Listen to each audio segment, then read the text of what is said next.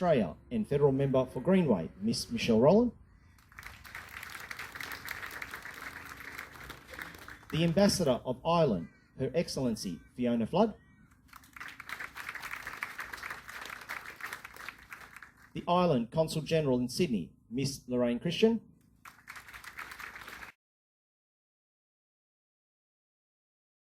This is the home of where our commemoration is, and they, as you can see here, look after this site with pride. So thank you very much, Castlebrook, not just for today, but each day that you look after making sure that this place is a great place for people to come and visit. With all those dignitaries are here today, it just shows how important this day is and how we need to be able to keep continuing to remember this day. I want to thank our Attorney General for coming along today. You know, no stranger, of course, this is your area, but I do know how busy you are, and for coming along today and spending some time with us. We do thank you for that, and I love the green jacket that you've got on as well. Very, very Irish. Of course, our state members, but a very warm welcome to our ambassador. Only here for 6 months so far, and our Consul General Lorraine, who's there at the back there somewhere. She's here with her family. There she is, waving, here with the family. And a little bit of trivia for you. Those two ladies and my wife, the mayoress, all come from the same town in Dublin, from Cabra.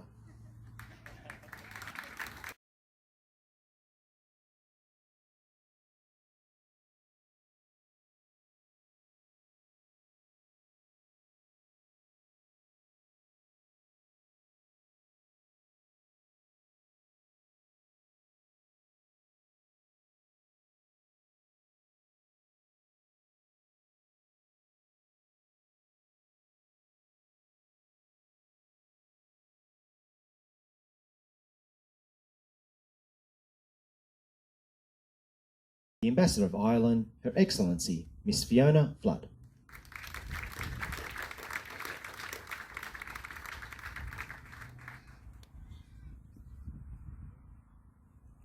Thank you very much. Míle fáil se roimh go léir aniu chuig an ócáid anspecialta seo. 100,000 welcomes to you all, and welcome to this really special commemorative occasion. Is mór an ónar dom vet liviniu agus ahantas a huairt chuig winter darach agus Auntie Julie iniu an ócáid seo. Let me also express my deep gratitude to Mayor Brad Bunting and to Norma, the Mayoress, and the City of Blacktown for hosting this commemoration with such care and commitment. And I was driving in with Lorraine and her family, and I see this, you know, the brown sign on the road saying Vinegar Hill Commemoration. It kind of made my heart skip a beat. I was so proud to be coming here as the new Irish ambassador and to see a tent full of devotees to memory of this incredible place and this iconic moment in Irish-Australian history. We're on the ancestral lands of Auntie Julie's people, the Darug people. To mark this solemn and significant anniversary, I acknowledge the traditional custodians of Auntie Julie's people. And I was telling Auntie Julie before we came here, just met outside, when I met the Governor-General to present my credentials in September, the first theme that she raised with me was the bond, the historic ancestral bond between Australia's First Nations people and the Irish. So I'm here to tell you that I want to deepen that bond, especially as the Attorney General has said in this year of our celebrating 80 years of diplomatic relations between Ireland and Australia. But of course, it's not just diplomatic relations. We go back so much further than that, as this commemoration reminds us. So we're gathering today to remember the Battle of Vinegar Hill, not the famous engagement of 1798 in County Wexford, but its powerful echo here on Australian soil in March 1804, when Irish convicts rose up. Men and women who'd already survived the grief of transportation, ripped from families, their language, their land, and then they found themselves, within themselves, one final defiant spark. They named their rallying point Vinegar Hill after the battle that their compatriots had fought on Irish soil just 6 years earlier. And that name wasn't chosen by accident. It was a declaration. It said, we haven't forgotten who we are.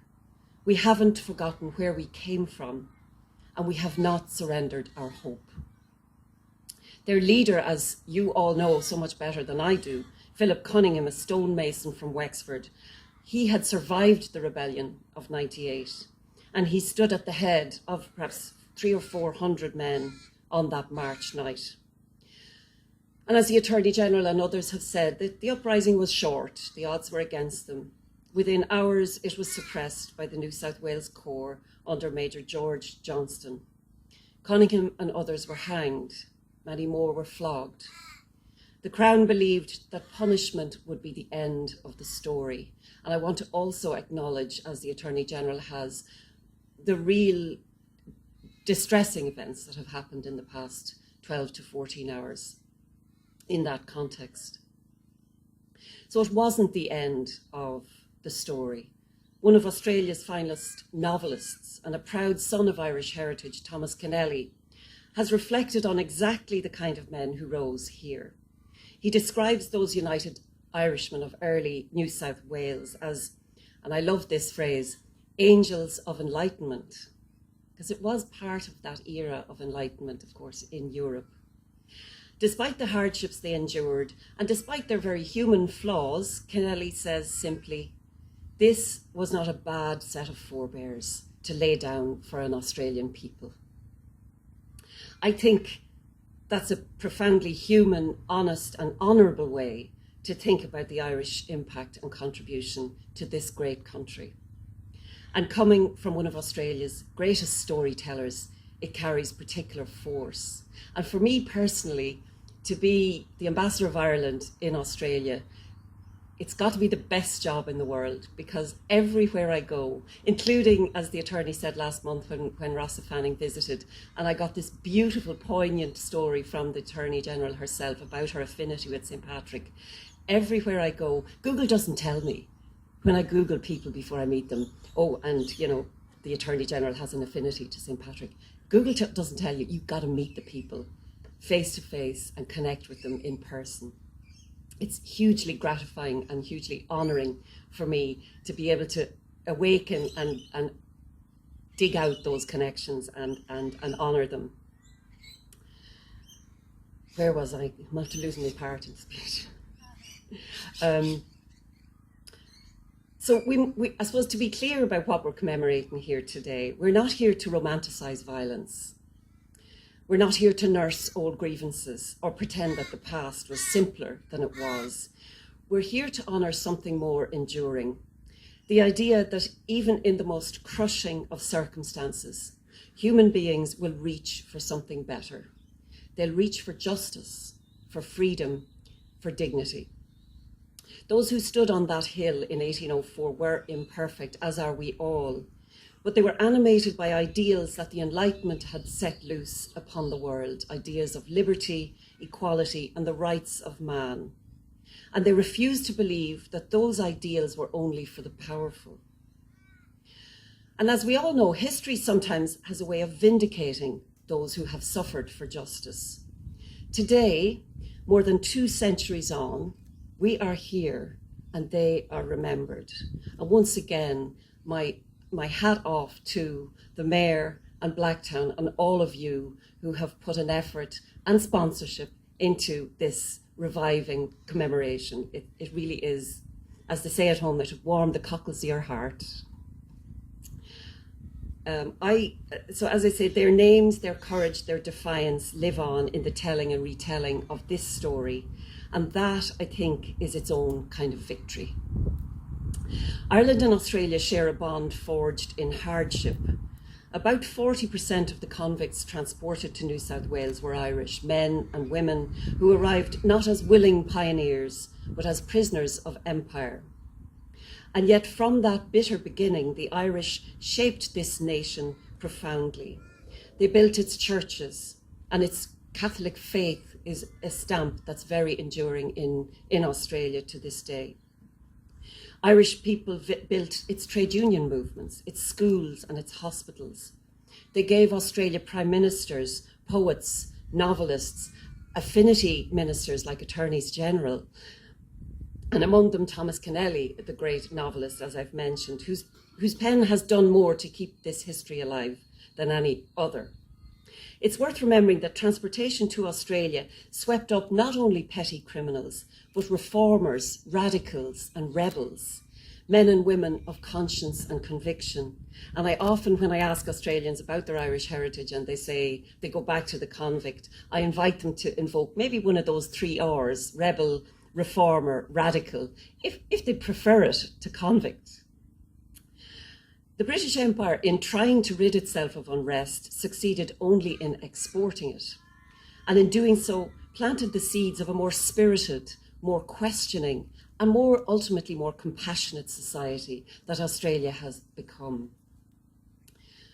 The spirit of those early transported Irish lives on here today.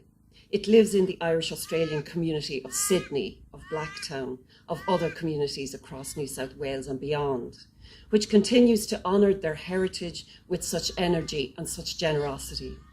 It lives in the work of historians, educators and community leaders like yourselves, who ensure that the story of Vinegar Hill and others isn't forgotten by generations who might otherwise never hear them.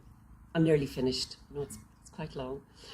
Everyone gathered here today carries something precious, not guilt, not grievance, but memory, and with it, responsibility, to tell the story, to honour the sacrifice, to ensure that names such as those of Philip Cunningham and his fellow rebels, reformers and radicals are spoken out loud year after year in ceremonies like this one. And I can give you my promise that Lorraine and I and the whole of the Irish diplomatic team here in Australia will be walking that road with you always. And perhaps nothing speaks more eloquently to the enduring nature of this connection than the sister city relationship that the Mayor has referred to. And I'm delighted to hear you're making the trip in a few weeks, Mayor, with the delegation. That sister city relationship between Blacktown and Enniscorthy, that proud Wexford town, which stands at the heart of the 1798 rebellion and whose shadow Vinegar Hill itself rises. That two communities separated by, I think it's 20,000 kilometres, should choose to formalise their relationship and their friendship across the generations is a testament to the living, breathing nature of this history. It's not merely the past reaching forward, it's us in the present reaching back, in gratitude and in kinship. Long may the bond endure. There's a great Irish proverb, is sca chéile a waran nadina. We live in one another's shadow, or in another way, we live by sheltering each other. Those who stood on the hill in 1804 sheltered a flame, and today across the distance between Blacktown and Enniscorthy, between Sydney and Wexford, between the old world and the new, we carry that flame forward together. Goramila Mahagwif.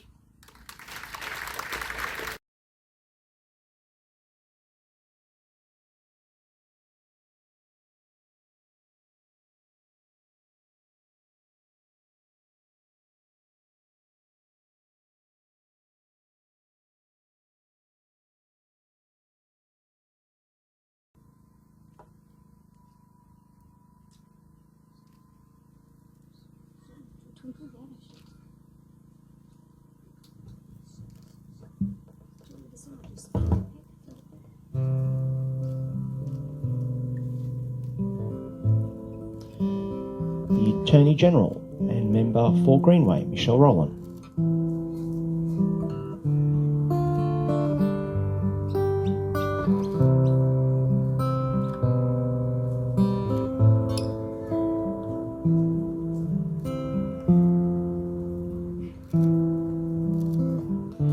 The Ambassador of Ireland, Fiona Flood, and Lorraine Christian, the Consul General of Sydney.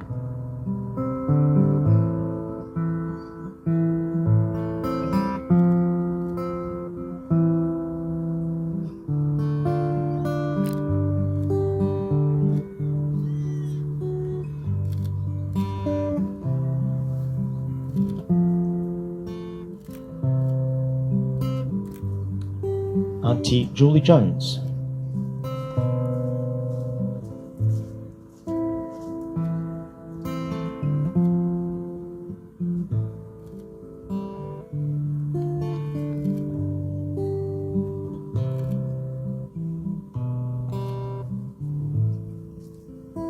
Councillor Peter Ryan and Mrs. Ryan.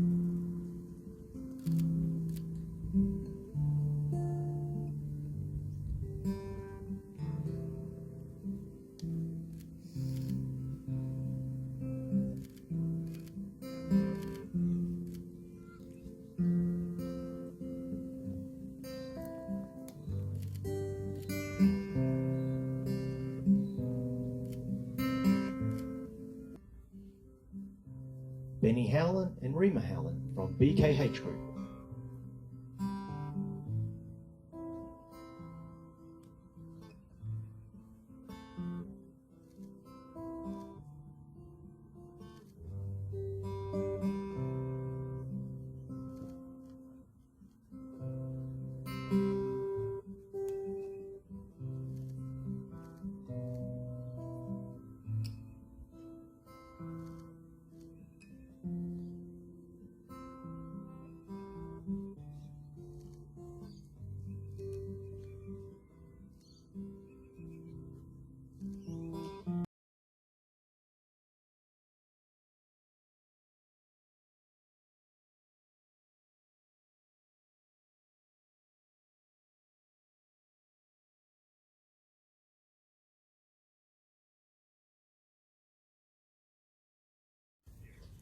And I will allow our Irish group and our Australian group to decide which side you want to be on. You can't pick the middle though.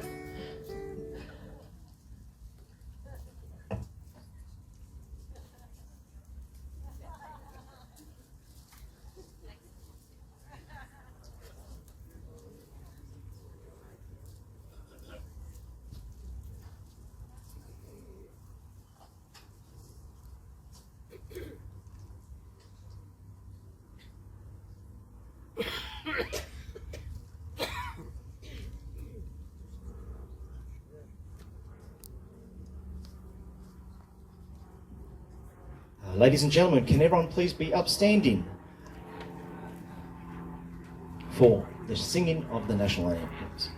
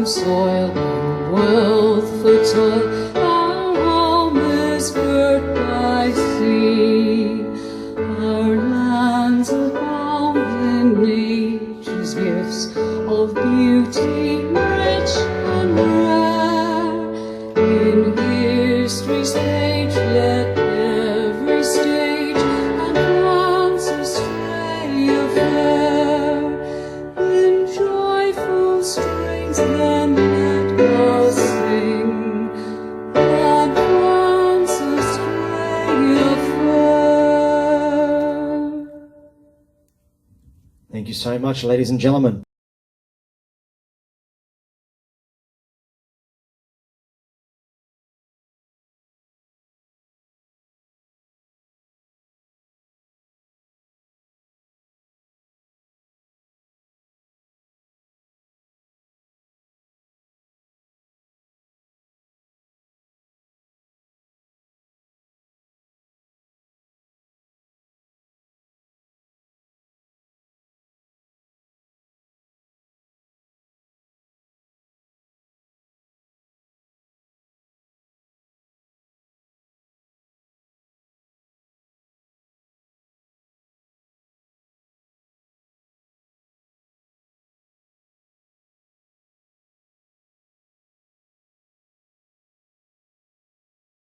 here. I have a big smile on my face the whole morning. The ceremony this morning wasn't just so well attended.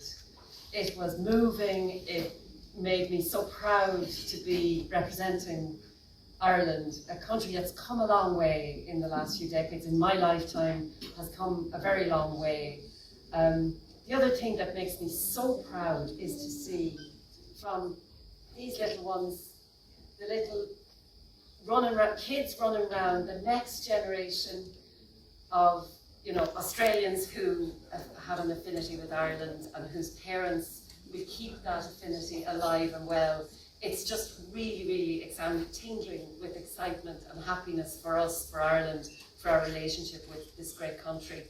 And also to see the respect for what has gone before, for the past, for the connection with our heritage, with our history, and talking to Chris and people like that who remember back when, the plans that Blacktown had for the commemoration were all, what did they used to say, a little idea in the back of his head, and now it's coming to fruition. The other thing that I find so inspiring is all of you sponsors.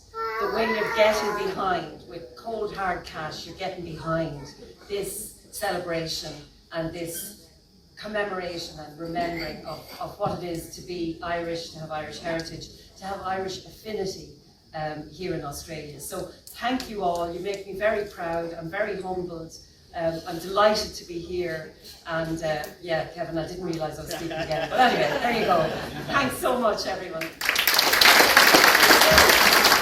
Before you take a seat, Fiona, I might just get you to stay here for a moment. The reason why I got you to come up, because the Mayor wanted to present you with a little gift of an appreciation from Blacktown to yourself. So this is a bit of a thank you for visiting Blacktown, and we hope to see you back in our wonderful city sometime soon.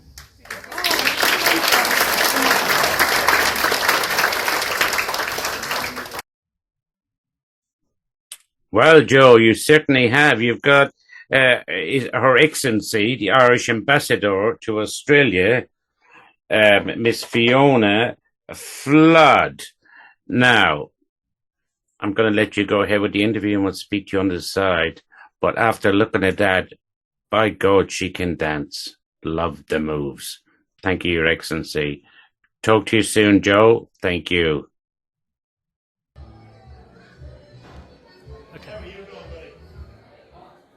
Hello, Marty. Here we are, back in Sydney at the Vinegar Hill Memorial Celebrations in Sydney. I have as my guest here today, our new Irish Ambassador, Mrs. Fiona Flood. Correct? We thank you for her time. Allow us a few minutes to sit talk with her. And welcome, Ambassador. How are you finding Sydney so far? So Australia generally has been wonderful my first 6 months here, especially meeting the community, especially meeting all the Australians with Irish heritage, Irish people, Irish born people who have made their home here in Australia. And the celebration and the commemoration of Vinegar Hill today here in Blacktown has really brought together some of the best elements of the Irish diaspora in Australia. Yes. We just bumped into Yes. us. That's okay. It is what it is. That's happening to you amongst the people. Exactly. And how do you enjoy your work so far?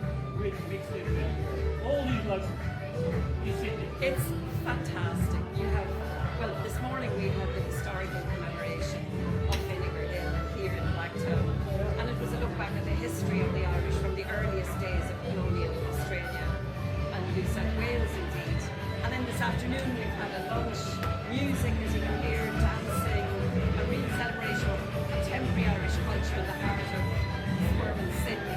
And it's just been fantastic. Sorry.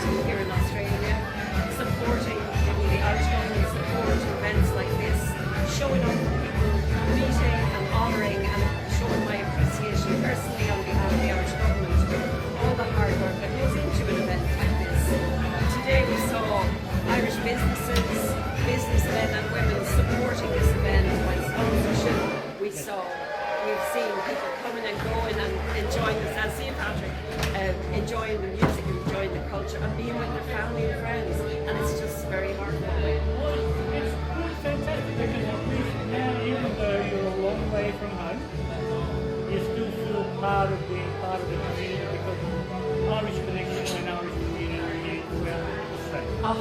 100%. It might be tens of thousands of kilometres away, but I just met 3 women in there from my own neighbourhood in Dublin 7.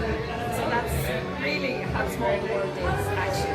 Yes. When you're Irish. Yes, and I did see you had a good shindig dancing with your local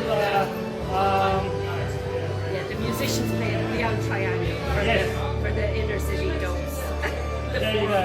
Well, the mayor's wife, Norma, the mayor of Blacktown's wife, Norma, is herself from Cabra, and our consul general here in Sydney and in New South Wales is also from Cabra, and my house is in Cabra in Dublin. So you couldn't make it up, you know? No, you couldn't. And it was amazing that you could travel halfway around the world and you could still be running into people from your neck of the woods. Exactly. Yeah, I love it. Best thing about being Irish. Exactly. Anyway, for all our audience, Marty, and the rest of the world, we thank our wonderful new ambassador. We wish you all the best. Thank you. And hopefully we will meet her and talk to her again. Yeah, like and comment below. Yes, exactly. Thank you from this. Anyway, back to you, Marty. Bye. Bye. Grace. Thank you very much.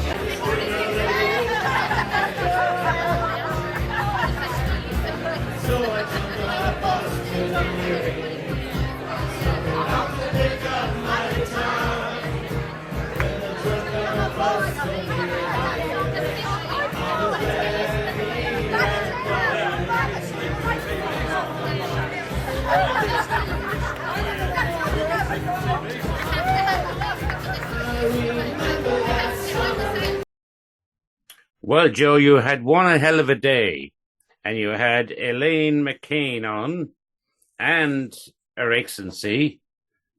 Wow, you've had a busy one, and thank you for all the stuff that you've done. I'll talk to you soon, my friend. For today, guys, happy Vinegar Hill Day.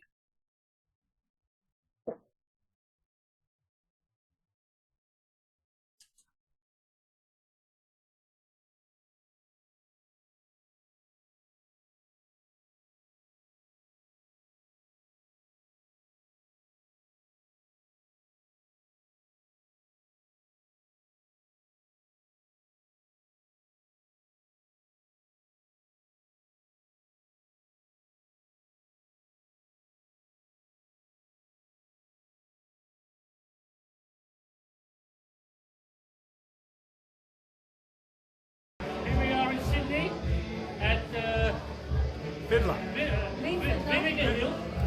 Vinegar Hill Memorial Celebration, Sydney 2026. That's right. Here I have this lovely, beautiful singer by the name Eileen McCann, Hello, everyone. who we met a year ago, but we've never had the chance to talk.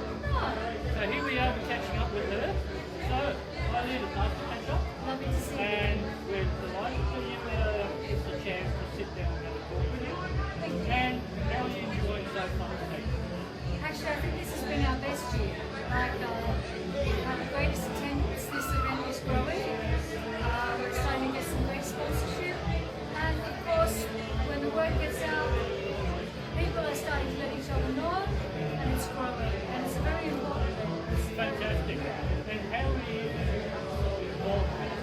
So I was asked to come along and participate in this event probably 15, 20 years ago, going back a long time, and we had a wonderful singer by the name of Shay O'Hara. He was a local man that lived in Blacktown, and of course he was Irish, very well-known singer, and sadly when he passed, I stepped into his shoes, and I started coming along singing the Irish National Anthem, Australian National Anthem, and of course very important song called Boulevard, which commemorates that event of Vinegar Hill. Fantastic. And how are you going to use your music? And we know you sound great because we've heard her a number of times over the years how she sounds great and the music is fantastic. So how are you going to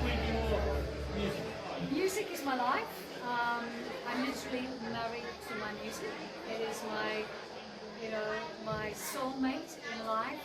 And I'm very fortunate. I've sung Irish music all my life.